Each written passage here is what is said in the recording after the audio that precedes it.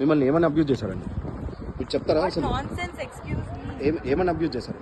ఏంటిది నాకు మిమ్మల్ని అంటే ఏమైనా అబ్యూజ్ చేశారు చెప్తారండి? మీరు చెప్తారండి మిమ్మల్ని ఎలా? మౌనిక గారు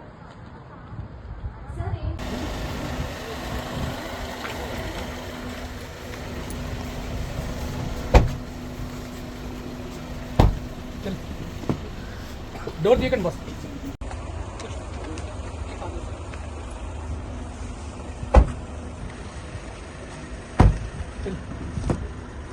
డోర్ తీయకండి బస్.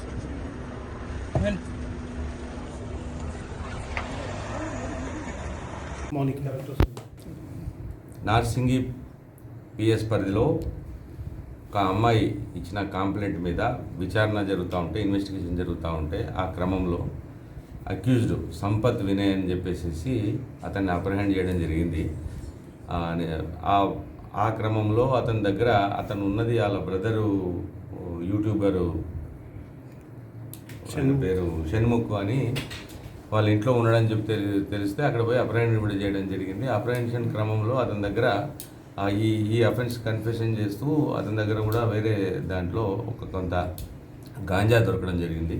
దానికి సంబంధించిన ఇన్వెస్టిగేషన్ జరుగుతూ ఉంది. అంటే అమ్మాయి ఏమని కంప్లైంట్ ఇచ్చేసి అమ్మాయి తనను పెళ్లి చేసుకుంటాను అని చెప్పేసి నమ్మించి తనను ఉపయోగించుకొని తర్వాత వదిలేసి వేరే అమ్మాయిని పెళ్లి చేసుకున్నాడు అనే దాని మీద బేసిక్ కంప్లైంట్. ఆ కంప్లైంట్ మీద మనము అక్యూజ్ని అరెస్ట్ చేస్తున్నటువంటి క్రమంలో అక్యూడ్ దగ్గర కూడా ఇలాంటి ఎన్డీపీఎస్ కంటెంట్ సంబంధించి కూడా దొరకడం జరిగింది. ఇంత మొత్తంలో పట్టుబడి ఇది కాస్త డీటెయిల్గా నాకు ఇంకా కరెక్ట్ తెలియదు, కానీ అరౌండ్ 16 grams 15 grams నేను చెప్పారు. అది ఇన్వెస్టిగేటింగ్ ఆఫీసర్కి ప్రాపర్గా తెలుసు. అది మీరు ఏమన్నా ఫర్దర్ కూడా ఇన్వెస్టిగేషన్ ఆఫీసర్ కంప్లీట్ అయిన తర్వాత మీకు చెప్తాను. అలాగే వాళ్ళ బ్రదర్ మీద ఎలాంటి చర్యలు తీసుకున్నారు? చట్టపరమైన చర్యలు తీసుకోవడం జరుగుతుంది. అట్లా ఉండదు. అది మీరు ఇప్పుడు జస్ట్ బ్రీఫ్ ఏంటంటే ఎఫ్ఐఆర్ రిజిస్టర్ అవుతుంది. ఆ ఎఫ్ఐఆర్ రిజిస్టర్ అయిన దాని ప్రకారంగా ఇన్వెస్టిగేషన్ ప్రొసీడింగ్లో భాగంగా అప్రహెన్షన్స్ అవుతాయి. వాళ్ళ కన్ఫెషన్స్ బేస్ అయ్యో లేకపోతే రికవరీస్ బేస్ అయ్యి ఫర్దర్ సెక్షన్స్ యాడ్ అవుతాయి. అది ఇప్పుడు ఒక అమ్మాయి మనకు నార్సింగి పిఎస్ పరిధిలో అమ్మాయి ఏమని కంప్లైంట్ ఇచ్చింది, నన్ను ఒక వ్యక్తి సంపత్ వినయ్ అనే వ్యక్తి నన్ను పెళ్లి చేసుకుంటానని చెప్పేసి నన్ను వాడుకొని మోసం చేసి వదిలేసి నన్ను కాకుండా ఇంకొక అమ్మాయిని పెళ్లి చేసుకొని వెళ్ళిపోయాడు అనే కేసు మీద basically that of the 417, 420, 376 cases register అయ్యాయి.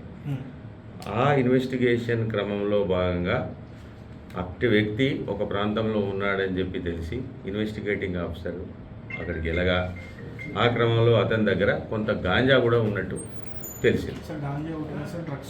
లేదు, ఓన్లీ గాంజా. అది కూడా స్మాలర్ క్వాంటిటీ దొరికింది. కాబట్టి ఆ క్వాంటిటీకి సంబంధించిన ఫర్దర్ కన్ఫెషన్స్ ఏం తీసుకున్నారు ఏంటి అన్న దాని మీద బేస్ అయ్యి రిమాండ్లో అవన్నీ కూడా యాడ్ అయిపోతాయి.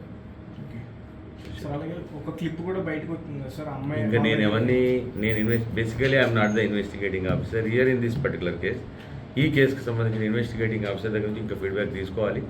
ఫర్దర్గా ఏదైతే క్రిమినల్ కంటెంట్ వస్తుందో ఆ కంటెంట్కి సంబంధించిన సెక్షన్స్ యాడ్ అయ్యి ఎవరైనా అక్యూజ్డ్ జైలుకి వెళ్తారు. ఒకవేళ బెయిలబుల్ సెక్షన్స్ ఉన్నాయనుకోండి, 41 ఇచ్చే సెక్షన్స్ అయితే 41 ఇస్తారు. అది 7 సంవత్సరాల నేరానికి సంబంధించిన లోపలగా ఉండి బెయిల్ ఇవ్వదగినవి ఉంటే అవి 41 ఇచ్చి పంపించి తర్వాత ఫర్దర్ ఛార్జ్షీట్ వేస్తారు. 7 సంవత్సరాల కంటే ఎక్కువగా ఉన్న సెక్షన్స్ అయితేనేమో డైరెక్ట్గా రిమాండ్ వెళ్ళిపోతారు. అది ఓకే.